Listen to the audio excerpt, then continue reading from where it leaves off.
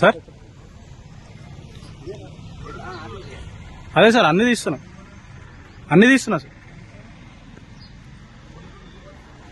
Okay sir.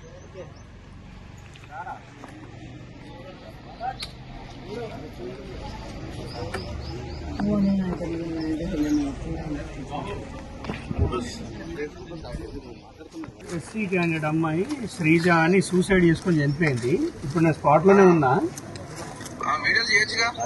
Police ఏమంటారు అంటే నువ్వు రానే రావద్దు లోపలికి, నువ్వు వీడియోలో తీయద్దు, పోలీస్ వెహికల్ వీడియో తీయద్దు అని కొంచెం డిఫరెంట్ గా బిహేవ్ చేస్తారు.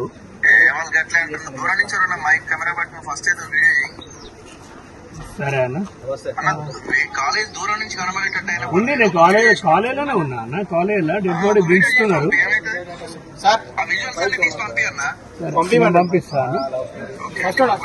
ఎందుకంటే నార్మల్ గా పంపించడానికి ఏముంటది, చనిపోతే మనం చూడడానికి ఏముంటది దాంట్లో. సరే అన్న మీ నోటీస్ లో పెడతాను. ఓకేనా?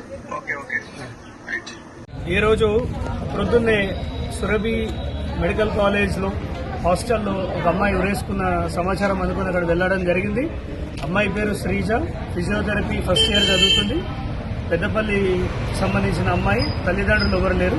అక్కడ మేము వెళ్ళినప్పుడు పోలీసు వాళ్ళ అత్యుత్సాహం ఏంటంటే అక్కడ మేము చూస్తాము ఏ పరిస్థితిలో చనిపోయిందో చూస్తామంటే వాళ్ళ తీరు చూస్తే అనుమానాస్పదంగా ఉంది. ఎలాంటి డీటెయిల్స్ ఇవ్వట్లేదు. ఆ కాలేజ్ పైన చాలా ఆరోపణలు ఉన్నాయి. గతంలో కూడా ర్యాగింగ్ జరిగిన ఆరోపణలు ఉన్నాయి. వాళ్ళకి బెయిలబుల్ వారెంట్లు కూడా ఇష్యూ చేశారు. అది అక్రమ కట్టడాల్లో ఉందని కూడా నేను గతంలో రాష్ట్ర ప్రభుత్వం దృష్టికి తీసుకెళ్లిన, హైకోర్టులో స్టాటస్ కో ఇచ్చిన. కన్స్ట్రక్షన్